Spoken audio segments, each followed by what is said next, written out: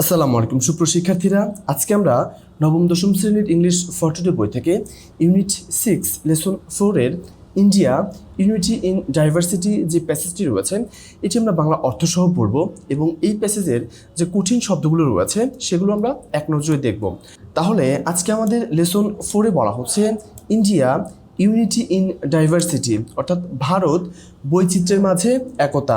ভারত এমন একটি দেশ যেখানে বিভিন্ন ধরনের বৈচিত্র্য রয়েছে, বিভিন্ন রাজ্য রয়েছে, সংস্কৃতি, অর্থনীতি সব কিছুই আলাদা, কিন্তু এই সব কিছু আলাদার মাঝেও তারা হচ্ছে একক একটি দেশ, যে কারণে বলা হচ্ছে ভারত বৈচিত্র্যের মাঝে একতা। তো অ্যাক্টিভিটি এতে বলা হচ্ছে রিচ দ্য ফলোয়িং টেক্সট, অর্থাৎ নিচের পাঠ্যাংশটুকু পড়ো বা নিচের লেখাটুকু পড়ো, অ্যান্ড কমপ্লিট দ্য অ্যাক্টিভিটিস, এবং কার্যক্রমগুলো বা অনুশীলনগুলো সম্পন্ন করো in section B and C, section B এবং সি এর। আমাদের মূল প্যাসেজে বলা হচ্ছে India is our closest neighbour, ভারত হচ্ছে আমাদের সবচেয়ে নিকটবর্তী প্রতিবেশী দেশ। It is the largest among South Asian countries, এটা হচ্ছে দক্ষিণ এশিয়ার দেশগুলোর মধ্যে সবচেয়ে বড়। ঠিক আছে, তো এখানে বলা হলো যে ভারত আমাদের সবচেয়ে নিকটবর্তী প্রতিবেশী দেশ, এটি দক্ষিণ এশিয়ার দেশগুলোর মধ্যে সবচেয়ে বড়। ইনফ্যাক্ট আসলে বা প্রকৃতপক্ষে India is the 7th largest country in the world, Bharat হচ্ছে পৃথিবীর 7ম বৃহত্তম দেশ। উইথ এন এরিয়া অফ, এবং যার আয়তন হচ্ছে 32,87,590 স্কোয়ার কিলোমিটার্স, অর্থাৎ 32,87,590 বর্গ কিলোমিটার। ঠিক আছে, তো এখানে আমরা দেখলাম যে প্রকৃতপক্ষে হচ্ছে 32,87,590 বর্গ কিলোমিটার আয়তন নিয়ে ভারত বিশ্বের 7ম বৃহত্তম দেশ। ইন্ডিয়া ইজ বাউন্ডেড, অর্থাৎ ইন্ডিয়া বা ভারত বেষ্টিত by the Indian Ocean on the south, দক্ষিণ দিক হতে ভারত মহাসাগর দ্বারা, the Arabian Sea on the west, পশ্চিম দিক হতে আরব সাগর দ্বারা, and the Bay of Bengal on the east, এবং পূর্ব দিক হতে বঙ্গোপসাগর দ্বারা। তো এখানে এসে আমরা দেখলাম যে দেশটির দক্ষিণে ভারত মহাসাগর, পশ্চিমে আরব সাগর এবং পূর্বে বঙ্গোপসাগর অবস্থিত। ইট ইজ বর্ডার্ড, অর্থাৎ এটার সীমান্ত রয়েছে, by Pakistan to the west, পশ্চিম দিকে পাকিস্তানের সাথে, China, Nepal and Bhutan to the north, উত্তর দিক হতে চায়না, নেপাল এবং ভুটানের সাথে, অ্যান্ড এবং Bangladesh and Myanmar to the east, এবং বাংলাদেশ এবং মায়ানমারের সাথে রয়েছে পূর্ব দিক হতে। তো এখানে আমরা দেখলাম যে ভারতের পশ্চিমে পাকিস্তান, উত্তরে চীন, নেপাল ও ভুটান, এবং পূর্বে বাংলাদেশ ও মিয়ানমারের সঙ্গে সীমান্ত রয়েছে। সো এই হচ্ছে প্রথম অংশ। প্রথম অংশে এসে আমরা দেখলাম যে ভারত হচ্ছে আমাদের সবচেয়ে নিকটবর্তী দেশ এবং বাংলাদেশের 3 দিকে কিন্তু ভারত রয়েছে এবং সবগুলোই হচ্ছে একেবারে নিকটতম প্রতিবেশী। এরপর বলা হলো যে দক্ষিণ এশিয়ার যে দেশগুলো রয়েছে তার মধ্যে ভারত হচ্ছে সবচেয়ে বড়, আর গোটা পৃথিবীর মধ্যে ভারত 7ম বৃহত্তম দেশ, যার আয়তন হচ্ছে 32,87,590 বর্গ কিলোমিটার। দেশটির 3 দিকেই বলা যায় প্রায় সমুদ্র, যেমন দক্ষিণে রয়েছে ভারত মহাসাগর, পশ্চিমে আরব সাগর আর পূর্বে রয়েছে বঙ্গোপসাগর। ভারতের পশ্চিমে পাকিস্তান, উত্তরে চীন, নেপাল, ভুটান এবং পূর্বে বাংলাদেশ ও মায়ানমারের সঙ্গে সীমান্ত রয়েছে। India is the world's most populous country, India হচ্ছে পৃথিবীর সবচেয়ে জনবহুল দেশ, ফলোড বাই চায়না, এবং তারপরে রয়েছে চায়না। তো এখানে আমরা দেখলাম যে ভারত বিশ্বের সবচেয়ে জনবহুল দেশ, যার পরে রয়েছে চায়না বা চীন। It's population is around 1.5 billion, এবং এটার জনসংখ্যা হচ্ছে প্রায় 1.5 বিলিয়ন। 1 বিলিয়নে হচ্ছে 100 কোটি, তাহলে এখানে মোট জনসংখ্যা হচ্ছে 150 কোটি। সো দেশটির জনসংখ্যা প্রায় 150 কোটি। New Delhi is the capital of India, Nayadilli হচ্ছে ভারতের রাজধানী, and about 13 million people live in the country, এবং প্রায় 13 মিলিয়ন লোক এই শহরটিতে বসবাস করে। 1 মিলিয়ন হচ্ছে 10 লক্ষ, তাহলে এখানে মোট 1,30,00,000 মানুষ বাস করে। তো এটাই বলা হলো যে ভারতের রাজধানী হলো নয়াদিল্লি, যেখানে প্রায় 1,30,00,000 মানুষ বসবাস করে। India is a land of ancient civilisation, ভারত হচ্ছে প্রাচীন সভ্যতার দেশ। এনশিয়েন্ট মানে হচ্ছে প্রাচীন, সিভিলাইজেশন সভ্যতা, তাহলে ভারত একটি প্রাচীন সভ্যতার দেশ। দ্য সোশ্যাল, সামাজিক, ইকোনমিক, অর্থনৈতিক অ্যান্ড কালচারাল ডাইভার্সিটি এবং সাংস্কৃতিক বৈচিত্র্য অফ দিস ভাস্ট কান্ট্রি, এই বিশাল দেশটির, ইজ দ্য রেজাল্ট অফ, এর ফল হচ্ছে ইনভেশনস বাই ডিফারেন্ট রেসেস, বিভিন্ন জাতিগোষ্ঠীর আক্রমণ, in the process of history, এটার ইতিহাসের, ঠিক আছে। অর্থাৎ এই বিশাল দেশের সামাজিক, অর্থনৈতিক ও সাংস্কৃতিক বৈচিত্র্য ইতিহাসের বিভিন্ন সময়ে বিভিন্ন জনগোষ্ঠীর আক্রমণের ফল। Indian history begins with the birth of the Indus valley civilization, অর্থাৎ ভারতের ইতিহাসের শুরু হয়েছিল সিন্ধু সভ্যতার উদ্ভবের মধ্য দিয়ে, and the coming of the Aryans, এবং আর্যদের আগমনের ফলে। তো এটা এখানে বলা হলো যে ভারতের ইতিহাস শুরু হয় সিন্ধু সভ্যতার উদ্ভব এবং আর্যদের আগমনের মাধ্যমে। ডিউরিং দিস পিরিয়ড, এই সময়কালীন, আর্যুয়ান কালচার ফ্লোরিস্ট, অর্থাৎ আর্যদের সংস্কৃতি বিকশিত হয়েছিল, in this part of the world, পৃথিবীর এই অংশে। তো বলা হলো যে এই সময়ে এই অঞ্চলে আর্য সংস্কৃতি বিকশিত হয়। The 5th century saw the unification of India, অর্থাৎ পঞ্চম শতাব্দীতে ভারত দেখেছিল একটা ঐক্য, আন্ডার অশোকের অধীনে, অর্থাৎ পঞ্চম শতকে সম্রাট অশোকের অধীনে ভারত ঐক্যবদ্ধ হয়। অ্যান্ড, এবং it is in his time, এবং তার সময়কালীন, that Buddhism spread in many parts of Asia, এশিয়ার বিভিন্ন অংশে বৌদ্ধ ধর্ম ছড়িয়ে পড়ে। তো বলা হলো যে এবং তার শাসনামলেই বৌদ্ধ ধর্ম এশিয়ার বহু অঞ্চলে ছড়িয়ে পড়ে।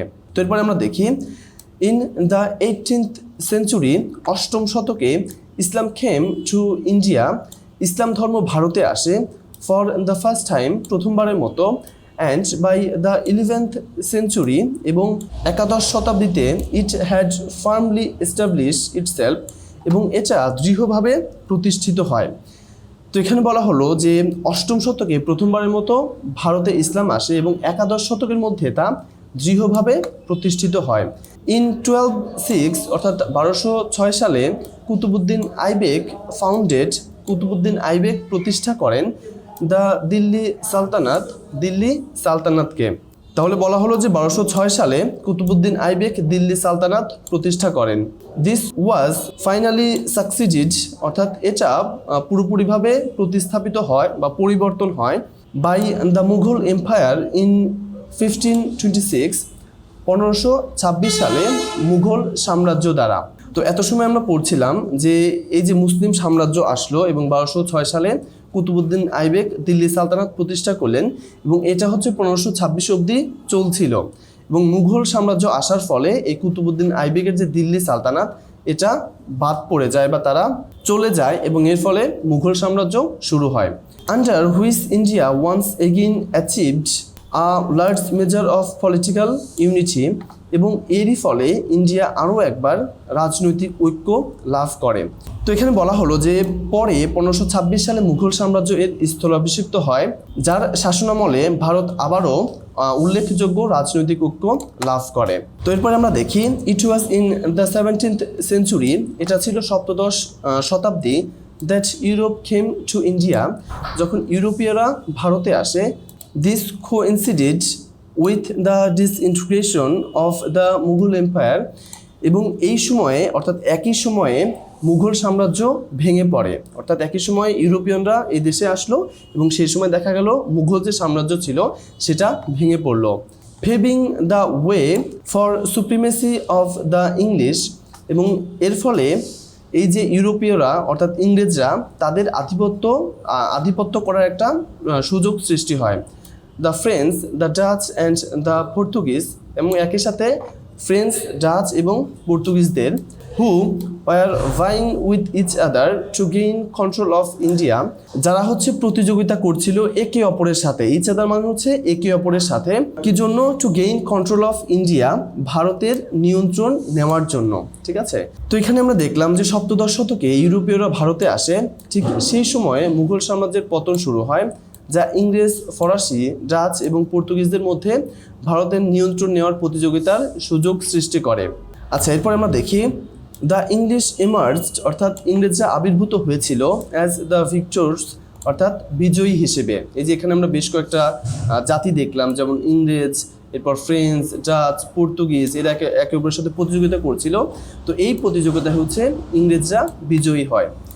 ইন 1774 1774 সালে ওয়ারেন হেস্টিংস ওয়াজ অ্যাপয়েন্টেড, অর্থাৎ ওয়ারেন হেস্টিংসকে নিয়োগ দেওয়া হয়েছিল the first governor general of India, ভারতের প্রথম গভর্নর জেনারেল হিসেবে, by the East India Company, East India কোম্পানির দ্বারা।